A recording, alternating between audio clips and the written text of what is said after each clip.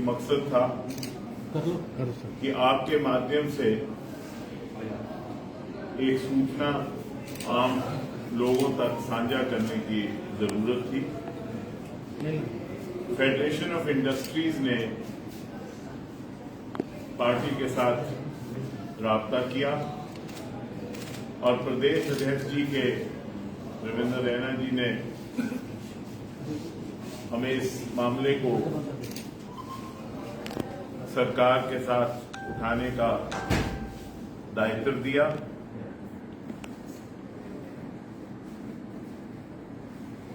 एक Jammu power development corporation ने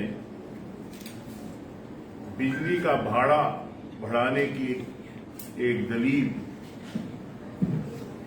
पेश की और उनके हिसाब से इंडस्ट्रियल यूनिट्स पे और बाकी कमर्शियल यूनिट्स पे और जो प्राइवेट लोग हैं उन पे कुछ ना कुछ पावर टैरिफ का इजाफा हो। विभिन्न लोगों ने पार्टी के साथ इसके बारे में संपर्क किया। फेडरेशन ऑफ इंडस्ट्रीज ने एक बाकायदा मेमोरेंडम पेश किया और उन्होंने कहा कि हाल ही में अक्टूबर 22 में इंडस्ट्रियल पावर में जो है 25 से 38% का इजाफा हुआ है और उनका ये कहना था कि हमारा जो पावर टैरिफ है वो पंजाब के से थोड़ा ही कम है और हिमाचल से ज्यादा है और अगर एक और पावर टैरिफ की हाइक हो जाती है तो उससे यहां की इंडस्ट्री को नुकसान होगा और सरकार इंडस्ट्री को बढ़ावा देने के लिए बहुत कदम उठा रही है जिससे कि इंडस्ट्रियलाइजेशन का प्रोसेस जो है वो बड़ी तेजी से आगे बढ़ रहा है और इस हाइक से नुकसान होगा। पार्टी के आदेश पे और प्रदेश अध्यक्ष जी के कहने पे ये मसला हमने हमारे जितने भी सेल हैं ट्रेड सेल और इन्होंने सरकार के साथ उठाया। मैं आपके माध्यम से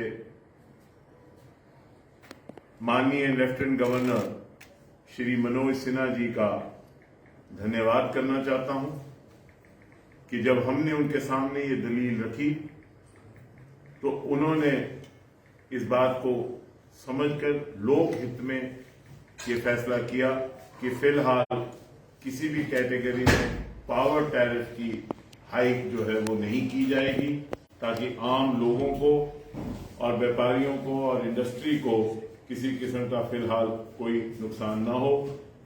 मैं पार्टी की तरफ से, प्रदेश अध्यक्ष जी की तरफ से और अपने दोनों सेल्स की तरफ से और जम्मू के लोगों की तरफ से माननीय लेफ्टिनेंट गवर्नर श्री मनोज सिन्हा जी का धन्यवाद करना चाहता हूं। श्री मनोज सिन्हा जी के पास जब भी हम लोक हित का कोई भी मसला लेके गए उन्होंने हमेशा लोक हित में फैसले लिए और उसके लिए हम उनका धन्यवाद करते हैं। भाजपा जम्मू कश्मीर के अवाम की बेहतरी के लिए, जम्मू कश्मीर के अवाम के खुशहाली के लिए और जम्मू कश्मीर के अवाम की बढ़ोतरी के लिए हमेशा वचनबद्ध है और आगे भी रहेगी।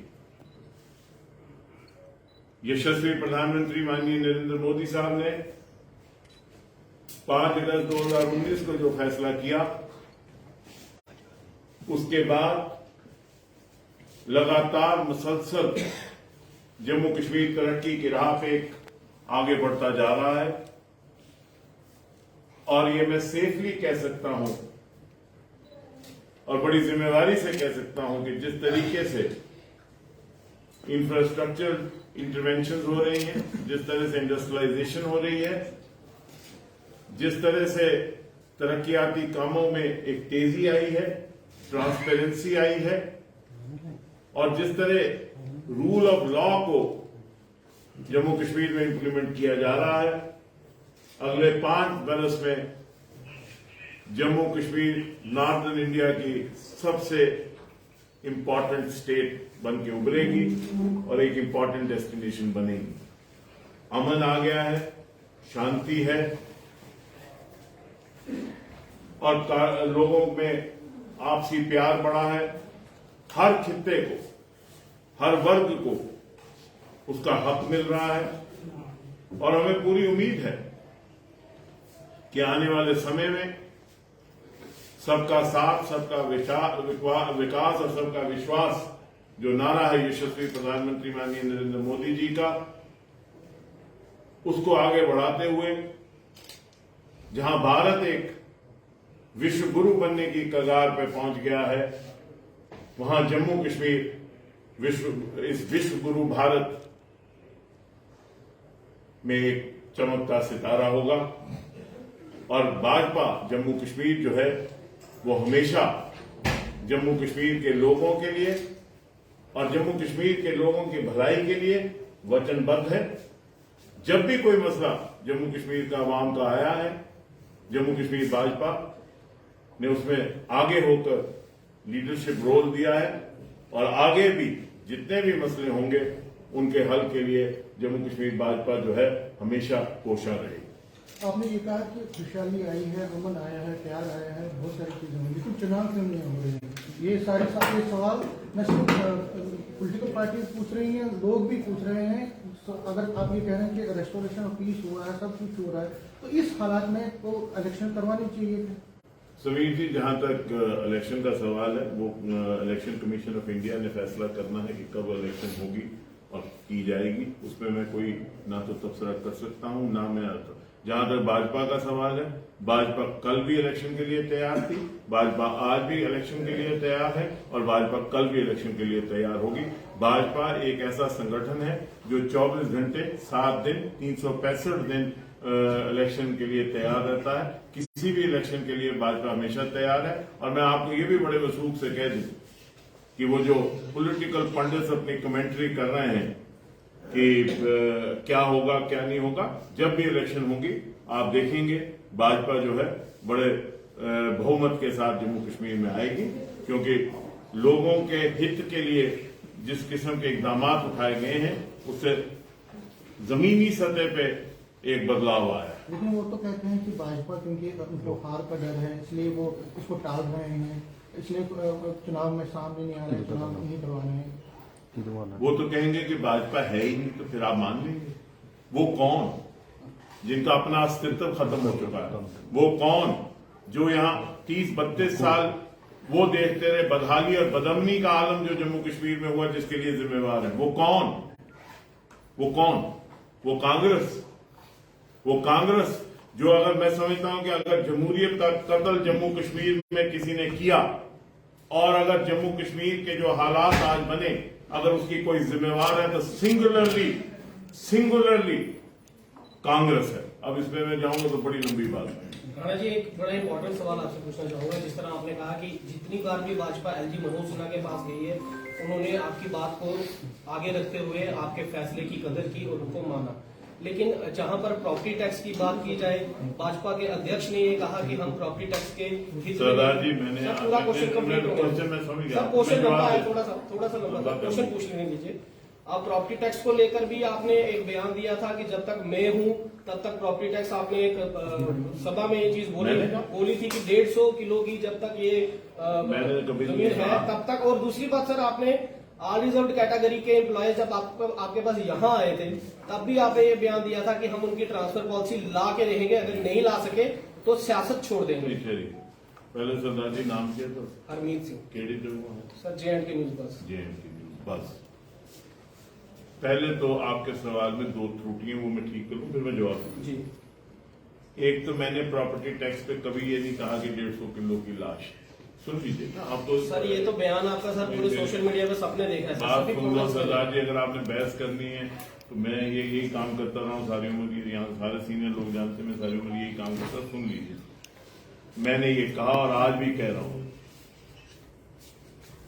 जम्मू कश्मीर के लोगों के हित के लिए या उनको अगर कोई नुकसान होगा तो सबसे पहले हम लोग खड़े होंगे। ये मैं आज भी कह रहा हूं, उस दिन भी कहा और आज भी कह रहा हूं, कोई भी मसला नंबर 1। और मैंने उसमें प्रॉपर्टी टैक्स नहीं कहा था, मैंने कहा था जम्मू कश्मीर के अवाम को अगर चोट भी आएगी उस चोट से पहले हम लोग खड़े होंगे। उसमें मैंने कहा था कि 150 किलो की लाश है पहले। दूसरी बात, आपने कहा गवर्नर साहब के पास गए और ये, मैंने पहले ही कहा, आपने सुना नहीं शायद, कि जब भी हमने लोक हित के मसले उनके पास लिए, मैं बड़ी जिम्मेवारी से कह रहा हूं कि लेफ्टिनेंट गवर्नर मनोज सिन्हा साहब ने बड़ा पॉजिटिवली रिएक्ट किया।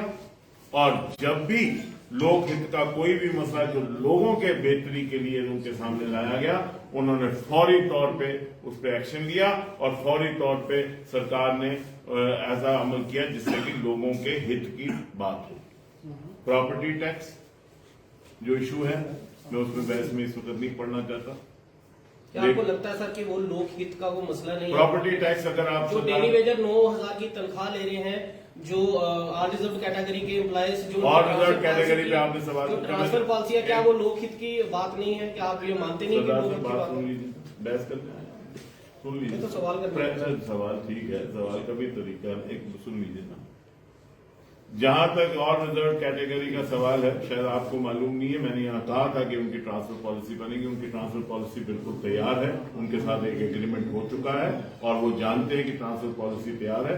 जो उनका हिस्सा था उन्होंने इंप्लीमेंट करना था, वो इंप्लीमेंट अभी पूरी तरह नहीं हुआ।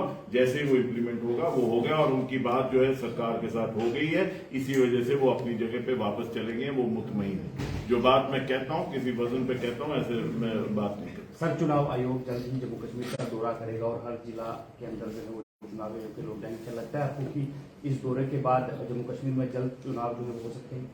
देखिए, चुनाव आयोग जो है वो एक ऑटोनमस इंडिपेंडेंट बॉडी है। वो आ रहे हैं, वो जायजा लेने आ रहे हैं।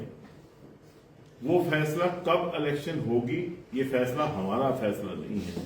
ये फैसला जो है ये किसी पॉलिटिकल जमात ने नहीं करना है। ये फैसला जो है इलेक्शन कमीशन ऑफ इंडिया ने करना है। जिस वक्त भी वो ऐलान करेंगे हम लोग इलेक्शन के लिए तैयार हैं। शुक्रिया।